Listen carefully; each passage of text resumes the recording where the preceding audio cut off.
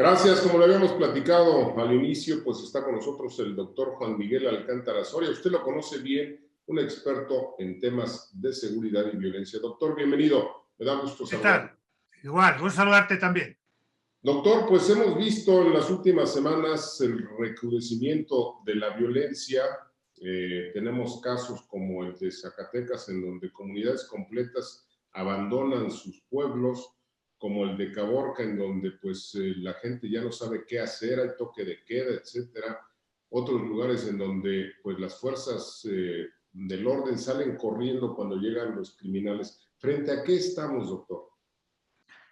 A una retirada vergonzosa, criminal del Estado mexicano y particularmente de las fuerzas federales ante el creciente dominio territorial de cárteles, de grupos de delincuencia organizada. Esto de Caborca, Sonora, es muy elocuente porque la población está denunciando que llamaron al cuartel de las fuerzas federales, Guardia Nacional, militares, que no estaban a más de 15 minutos y no obstante, después de 6 horas de un despliegue abierto, cínico, del cártel de Sinaloa para ir a secuestrar personas, levantar personas, privar de la vida a otras. Nunca apareció durante más de 6 horas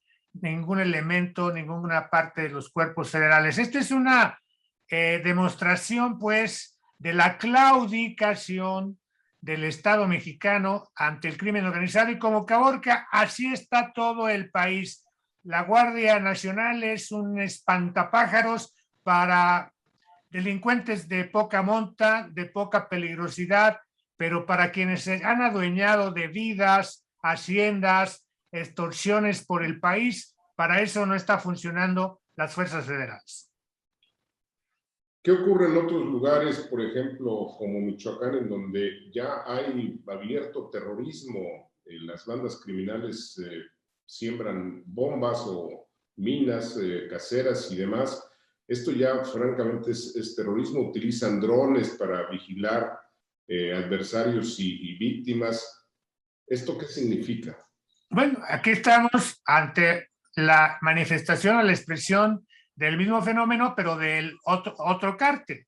Acá ya es el cártel de Jalisco, quien efectivamente se ha demostrado, evidenciado, que ha instalado minas que ya han hecho daños, han privado de la vida a elementos tanto policiales como a civiles, que se atreven a querer disputar las zonas que el cártel Jalisco, en este caso en Michoacán, pretende considerar como parte de su área de protección, y para eso ha instalado minas que efectivamente, este ya es un tema que cumple todos los elementos del tipo de terrorismo, y sin embargo no sabemos que la Procuraduría o Fiscalía General de la República haya abierto por estos delitos de terrorismo, haya abierto alguna investigación o que haya algún resultado, si es que abrió alguna investigación,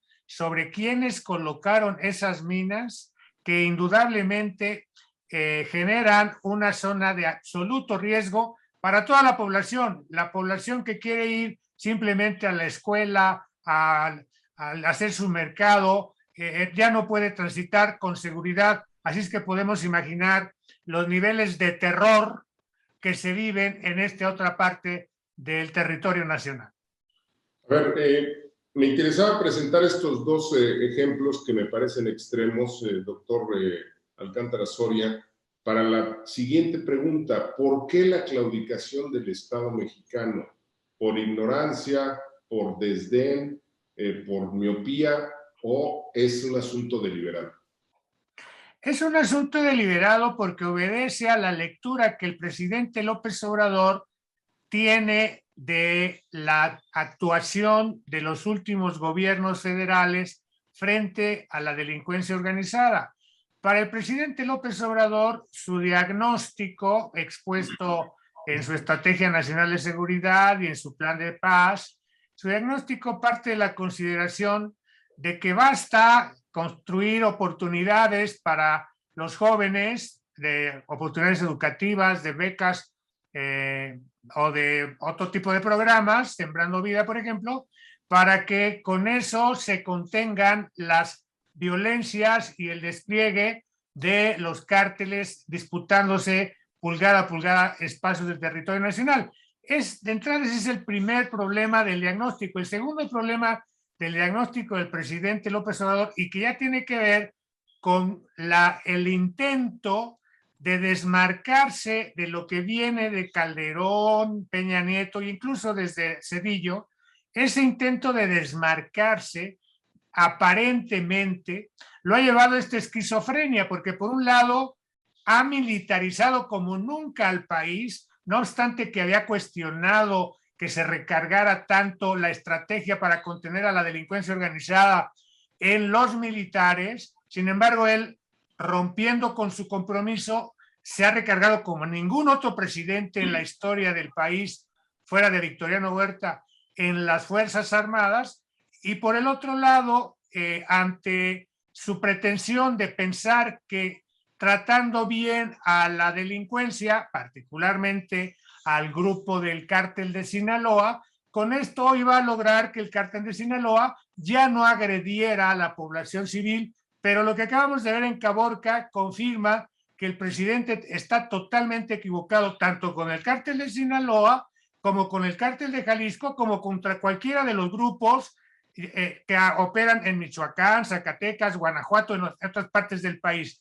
Hay pues un desmentido, en conclusión, a que la intención presidencial de diferenciarse del pasado con esta fórmula tan simplona está resultando más catastrófica, más dañina para el país.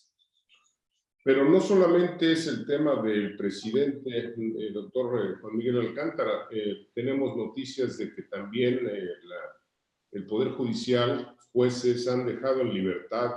Recientemente ocurrió un caso muy concreto, conocido como un tipo como el Fantasma allá en Zacatecas, que fue detenido, una orden de aprehensión, y horas después liberado por el propio juez que lo había ordenado detener, y se sabe que hubo presiones a este juez. ¿El Poder Judicial está también sometido por los grupos criminales?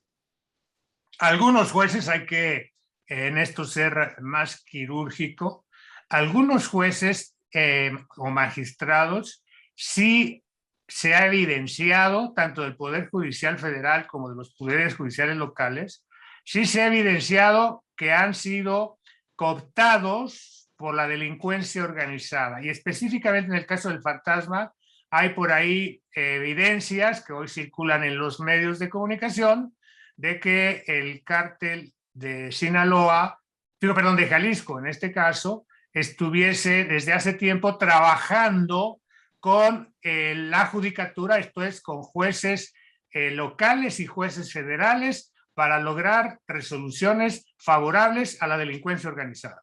Pero a ver, entonces, ¿frente a qué estamos, doctor, en un minuto?